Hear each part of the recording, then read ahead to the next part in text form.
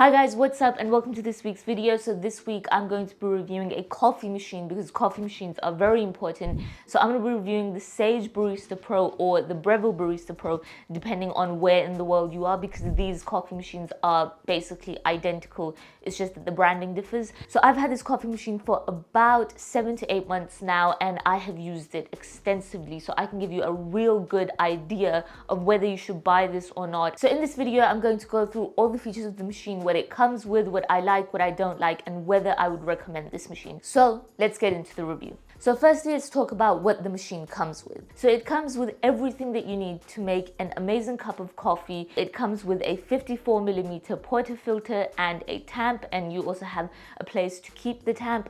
You also get single and double wall filter baskets. You get a small stainless steel milk jug to froth your milk in.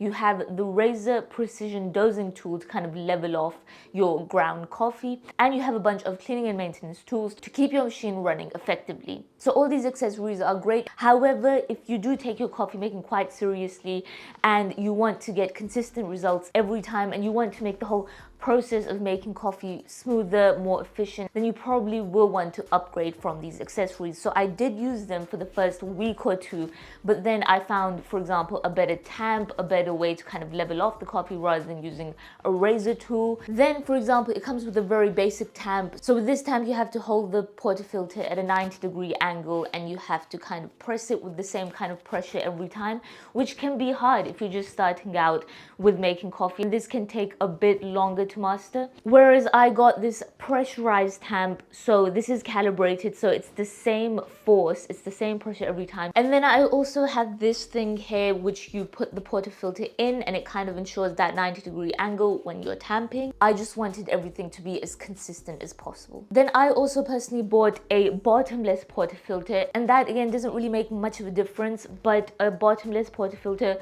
firstly it's a bit lighter and it's a bit more aesthetically pleasing because you can see the espresso coming out because I want to shoot some content. So it is usually better to have a bottomless portafilter because you can see the extraction of the espresso and whether you're making any mistakes. So for example, if it's an uneven extraction, it's easily identifiable through the bottomless portafilter. So something that it doesn't come with, which I had to purchase, which I think is super important if you're starting out making a nice cup of coffee, is a scale. Because the whole theory behind good tasting espresso is that you need 18 grams of ground coffee to produce 36 grams of the espresso within that magical range of 20 to 35 seconds. So other than that, it comes with this, which I regularly use, so that's great. And this is good to put on top of your portafilter and you can kind of mix around and make sure there's even distribution of the ground coffee. So the steel jug that it actually comes with is a bit on the smaller side, and you have a little minimum and maximum marker here, but a lot of the times I make larger drinks. So this is good for like flat whites, cortados, that kind of stuff.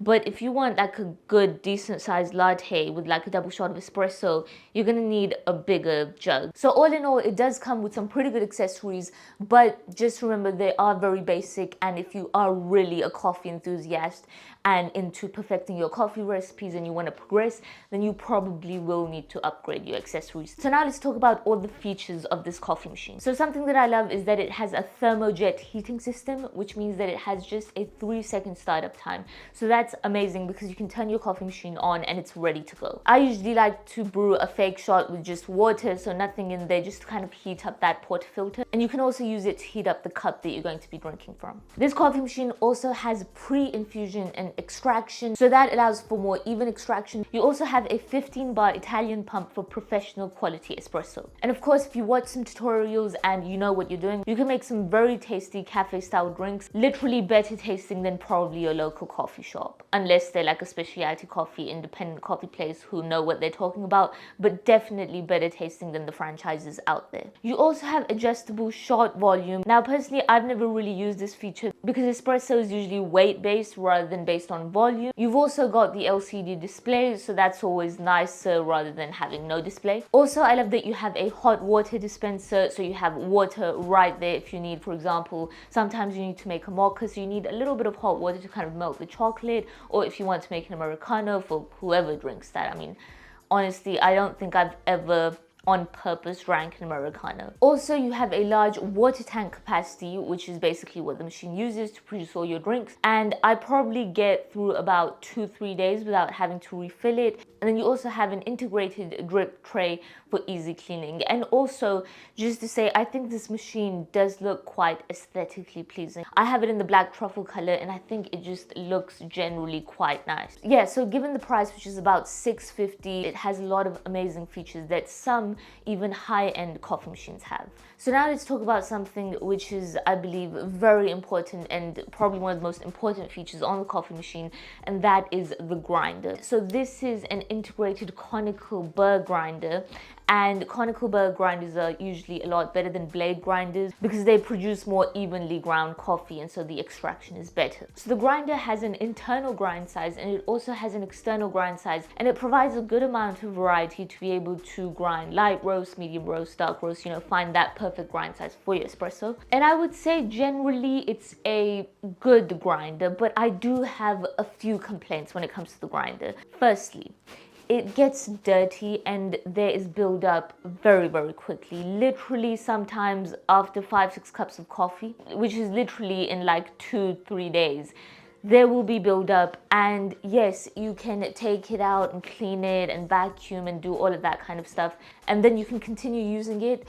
But over time, so I've been using this for a longer time, for over 6 months now, over time there is some buildup in there which is impossible to clean. And it's not a very easy process cleaning because of course you have to, you know, take everything apart, and then you get coffee grounds everywhere when you're cleaning. So with this grinder, the buildup happens quite quickly. And the problem with that is when buildup happens, whatever setting that you're on in terms of the grind size, it doesn't then work as efficiently. So there is a bit of maintenance when it comes to this grinder. And this wasn't an issue the first few months when I used the coffee machine, but I feel like in terms of longevity, now that it's been over 6 months, it's been 8 months now, I feel like the grinder is wearing out a little bit. It's a good grinder and I can still of course use it to make good tasting espresso, but I've noticed that I'm having to turn the grind size even finer. So my internal grind now is like a 1, so it's literally 1 to 10, and my external grind is also now on the lower side, which is like 6 or 7. And I know this because I've kept every other variable consistent. But sometimes the shot of espresso comes out in 20 seconds, sometimes it comes in 25 seconds, sometimes longer. So it's a bit inconsistent, I've noticed, with this machine. You can keep everything the same, but it won't produce the exact same results. It's usually still within that golden range of 20 to 35 seconds. So you'll still get some amazing tasting coffee every time.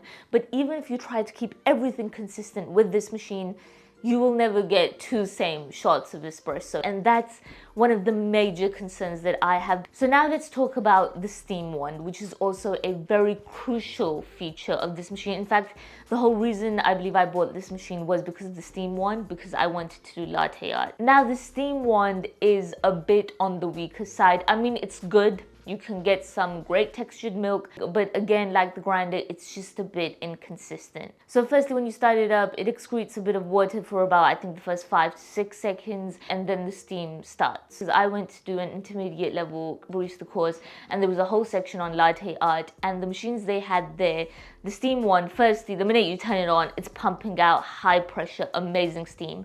And I didn't even have to learn any technique. There was literally, you just position it one way and in about 30 seconds you get perfect texturized milk. Whereas with this steam wand, you have to like hold it at a certain angle for the first 5-6 seconds. Even then it's just inconsistent. Now because I've been using this for a long time, I kind of get it now, and I am able to regularly texture some great milk, but I still feel like this is not as good as one of the proper steam ones out there. So this is like just enough to get the job done. And also my dad and my sister, they like their drinks extra hot, and so it just auto shuts off sometimes and the milk isn't even hot yet, so you have to restart it. So the steam one is just a bit weak. In fact, I think that's why there are so many tutorials out there of how to steam milk using this particular machine, because the steam one is just not very good. So what is my overall verdict for this coffee machine? Overall, I think this is a pretty good machine for the price. It has a bunch of really good features. You can make some amazing tasting espresso, cafe style drinks, and you will really enjoy using this coffee machine. But here's the thing. Personally, I don't think I should have got it. Now, here's why.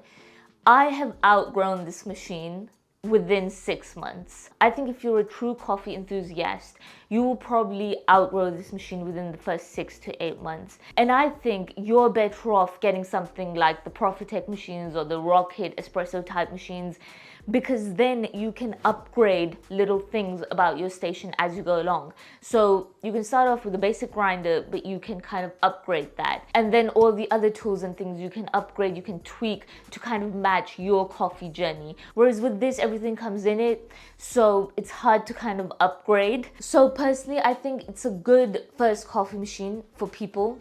But if you want to take your coffee seriously, I would say skip this and get something a bit more expensive that you can kind of tailor and upgrade if you know that that's what you're going to be doing. You know, if you're doing coffee courses and you're really into your latte art and that kind of stuff. But if you just want like an aesthetic, nice bean to cup coffee machine, and you know, you want to make some pretty good coffee drinks, you want to do a bit of latte art, but you don't really care about upgrading that much, then this machine is really good for that. So overall, yeah, I would recommend it, but it just depends on what kind of person you are, because you might outgrow it really quickly depending on how passionate you are about your coffee. So that's pretty much it for this week's video. If you enjoyed it, give it a thumbs up, share it with your friends, and subscribe to my channel for more reviews, more content. You can follow me on my other social media as well, where I make other kinds of content, and I will see you in my next video. So until then, take care.